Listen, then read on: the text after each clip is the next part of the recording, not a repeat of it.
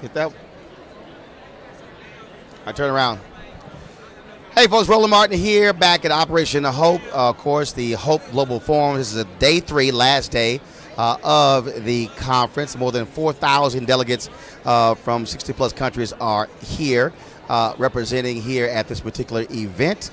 And so earlier, of course, we had the live stream, and you saw the conversation I moderated with Butch Graves Jr. of Black Enterprise, as well as businessman Tommy Dortch here in Atlanta about the new Black America, which we also talked about really is the old Black America. And so right now we're waiting for the lunch plenary session to begin, but we've got a series of interviews that we want to do, bring it to you as well. Right now is joining me is Melvin Coleman. He is the CEO of the Atlanta Black Chambers. So Melvin, first of all, so what is Black Chambers, which means there are multiple Black Chambers in Atlanta? That is correct. But the ABC, because of the way our organization is structured, so we have a women's league, we have a millennial group. So when we put the S on Chambers, we're speaking specifically to the way our organization is structured and what our vision is for the city and entrepreneurship. So how many black businesses are we talking about? How many members do you have? So we're at a point now where we're roughly about 250 members strong in terms of entrepreneurs and small business owners within our organization. Gotcha. So is that the largest Black chamber in one city in the country? No, that wouldn't be the largest. There are some larger organizations here in Atlanta even, but the growth of our chamber over the past year and a half is making a bold statement in this city as to what the future holds, not just for our organization, but for what we want to do in the city. Gotcha. So what is that statement? So we support and assist the Black entrepreneur in taking the next step in the process to take their business to the next level. So some of the points that were made on your earlier panel about scale and capacity, we already understand that is a priority in our community. We need more larger businesses that can employ people in our community. So that is a big part of the mission of our organization. That is one of our focus areas. So when if you took the collective revenue of your chambers, how much are we talking about? Collective revenue of the businesses within our chamber. Yeah.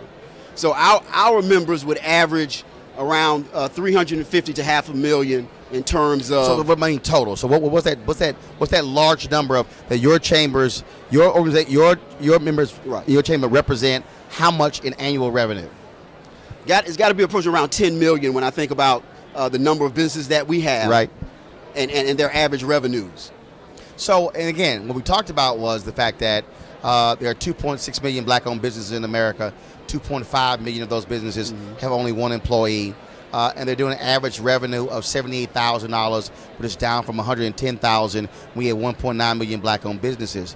What are you hearing from them is their greatest barrier to being able to achieve larger scale, to be able to grow their revenues and have more employees?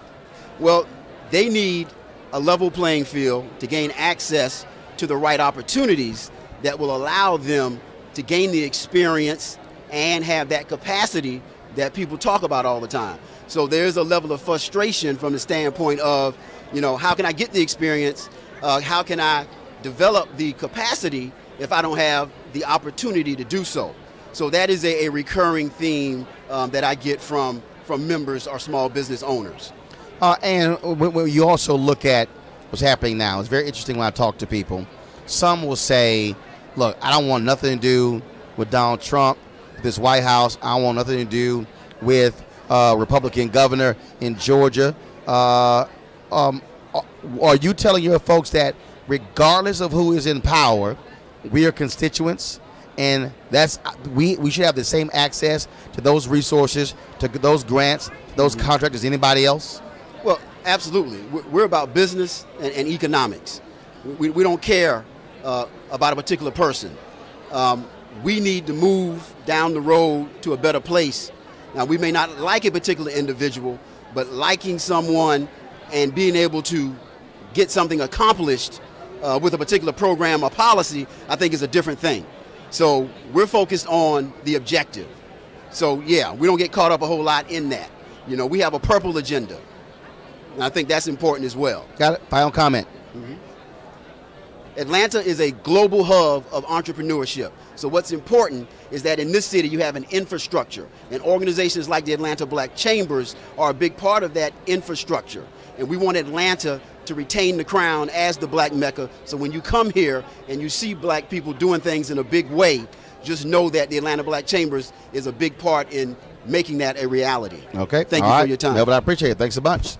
All right, folks. So like I said, so there are any number of people all around this particular conference. You have a number of business owners and others who are here who want getting expertise, making connections as well in terms with other folks who are here as they begin to build those kinds of relationships. And so we're going to be talking to some of those folks as well, including other business owners as people are trying to grow their business as well. And so the thing is, as you heard from our earlier panel, we need to be in a position where we are gaining access to the marketplace, where we are gaining access to dollars in order to be able to grow our businesses, being able to access that capital. That's a fundamental issue that we have. That's one of the concerns that we have. And so what we're trying to do is to actually build that and grow that as well. And so that's also one of the reasons why we're doing it, of course, with everyone here and trying to live stream as well in terms of providing you with the information and the knowledge that you may not have. And so that's what this is about. All right, folks, we're going to have another conversation. So I'm going to welcome a couple of new guests joining us right now. First of all, tell everybody who you are. Hi, my name's Amanda Pereira. And my name is Kenneth McFadden, and we represent Vacay Camp. Okay, so say it again. Vacay Camp. Vacay Camp. What is Vacay Camp? That is a great question. So Vacay Camp is a short-term rental property management company that specializes in helping people generate additional streams of income that they may not have already had in place. So people are doing that with Airbnbs. So what are you taking folks through? What are you doing with them? Yeah, great question. End to end, literally everything. So to give you an idea of where this came from or like what it even looks like is I purchased my largest asset in my life, right? And it took something to do it. And I'm standing there in this beautiful home that I remembered being beautiful, and I am devastated. Literally, there is duct tape on my ceiling, there's scratches in my wood floor, my bed is broken, and it looks like it hasn't been cleaned in years. And I had trusted my most valued asset to a property management company. And it was in that moment I recall them saying they were going to treat it like my home and make sure that I started creating a long-term wealth for myself.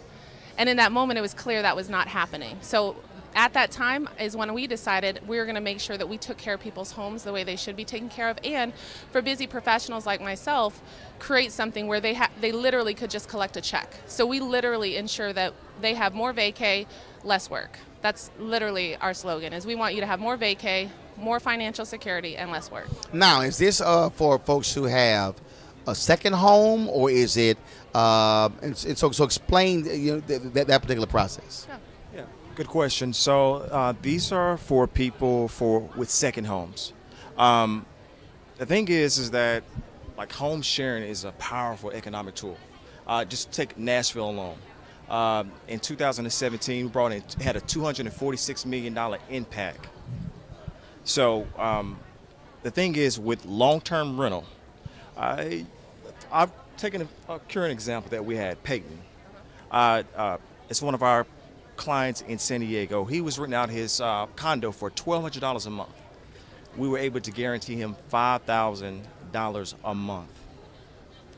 So that's a big increase. So what? So how does it work? So is it a question of someone comes in, it might be maybe there for a job or whatever the heck, they're looking for a place to stay. They don't want to stay in a hotel, and so it could be what, 1 month, 3 months, 6 months? It can be anywhere from 2 days to a month. So typically, a transient occupant is anyone that's there less than 30 days. And that's pretty much most of the client base, is that people, hey, I'm in here for an interview, I'm here for an event, for the weekend. So instead of going to a hotel, and let's take Nashville, for example. Nashville has a shortage of hotels, so we had way more tourists than we actually had hotel rooms available. So Airbnb, platforms like that actually were a great opportunity for people to actually have a place to stay. Because, to be honest, right now, Nashville is building hotels left and right just to keep up with the tourism. Right. So Airbnb came in and provided opportunity for people to have a place to stay, and also to provide a opportunity for property owners to make some money. So what you do is you ensure that somebody who's renting it, property is taken care of. It's not being destroyed. Things along those lines. Absolutely. So we insure every guest, and after every checkout, there's a 100-point inspection. We make sure that nothing's damaged. If something's damaged, then we hold the guests accountable for it. If there's anything missing, same deal. So. Yeah, and I was just going to say there really is a benefit to the property owner too that a lot don't think of. People right now, we're trying to create wealth, right? And a lot of people think of just long-term rental, and it's great and it's been around. But like you mentioned earlier, you can make more with short-term, and you actually can prevent all of the long-term issues that you have. Like typically when you have a long-term renter in there, you come in, you have to redo all of the carpets, all of the floors. With us, you have people in and out, so we guarantee to make sure that your house is taken care of and your largest asset can last longer. So cool. How can folks reach you?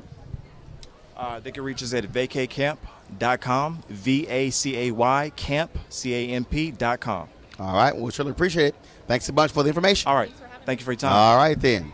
And so, folks, again, what's happening right now is that you see the noise level has sort of dropped. More folks are going actually into the ballroom for the lunch plenary session. And so we're going to go live with them in just a moment.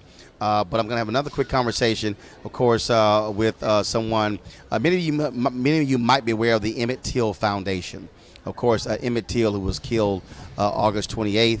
1955, which really means they jump-started the civil rights movement. Well, Deborah, who's over there just chatting away. Deborah? Miss Deborah? Deborah, she over there just talking away. I'm trying to get her on. I'm trying to get on. Deal with it. So I'm trying to get her on to chat with her about the Emmett Till Foundation and what they're doing to further what they're doing. And so we're going to grab her for a second. Deborah, get on over here.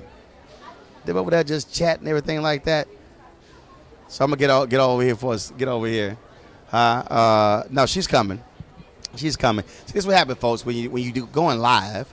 Well, you live, so you know everything is not going to be all pretty and clean. It is what it is, and so come on over here. What's going on? What's going on? Step on over here. Sit down. Oh, wonderful. Thank you. So we got the live stream going right now. So Deborah Watts, of course, Emmett Till Foundation. How you doing? I'm doing great. This is a fabulous opportunity, fabulous day. This is awesome. So tell for folks who are out there watching the live stream, what is the Emmett Till Foundation doing? What do you do throughout the year? Well, I'm fortunately the co-founder of the Emmett Till Legacy Yeah. Foundation. Emmett Till Legacy Foundation was started in 2005, about 3 years after Emmett Till's mother was deceased. And our whole purpose is creating this legacy of hope. You know, we are working on connecting the past to the present and future. We're sharing Emmett's story, but we're talking about the power of history and the, turning tragedy into triumph. And so that means a lot. That's how I live. That's how I work. That's how I play, because that's all part of it. But it's important that people understand the past. They understand Emmett's place in history, the relevance, and how important Emmett is actually even today. So we work on doing that, travel across the country, sharing his story. We have a documentary called Who Killed Emmett Till that was produced by Raymond Toyer. The Black Family Channel, which was, in existence a few years ago. Yep. So, we have ETIL, which is the Institute for Leadership and Learning. We help young people go to HBCU colleges on tours every year. And we try to pour into the hearts and minds of young people.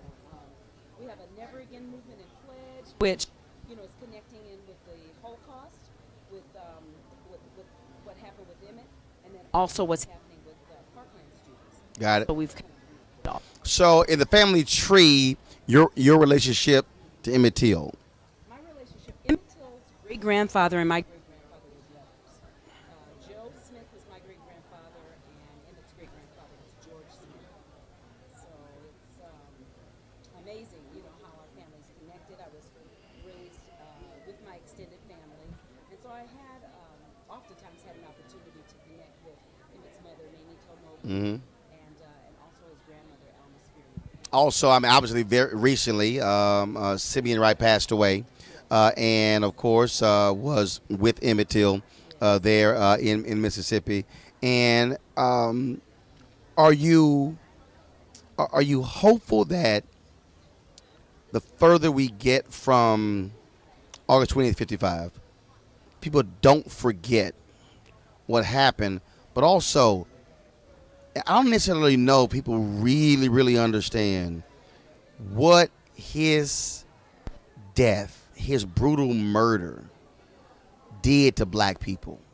I mean, African Americans, look, black people had been lynched. Black people had disappeared, had died. But his death was totally different. Yes, it was. Certainly, we want people to remember, but we also want them to understand the climate in which he was murdered, because some of that same climate is starting to creep itself, back into today's world. But it was a climate of hate. It was a climate of fear. It was a climate of protecting white women, in a way that, where Emmett experienced that brutal death at that time. What his mother did to advance herself on public stages and global stages was unheard of at the time. She Right. was the body of her only son. But her intentions were to do that, is to show the world what hate looked like and what her only sons would transition to the brutality, of what hate would result in. So yes, we still have a lot to do to make sure people understand. We do continue to need to show those pictures. We need to connect it though, past to the present and future, and that's the work that I'm trying to do. All right, so if folks want to get in contact with the Emmett Till Legacy Foundation, where do they go?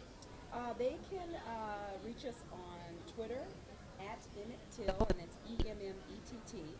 Also on Facebook, Emmett Till Legacy Foundation, and then also Instagram, Emmett Till Legacy Foundation. All right, well, Deborah, we appreciate it. Thanks a lot. Thank you so much. All right, folks. So that's going to wrap up our interviews before the lunch, because we're about to go into the plenary session right now. So I'm going to see you guys in a couple of hours for more interviews here from Operation Hope's Hope Global Forums. I'm Roland Martin. We'll be back a little bit later.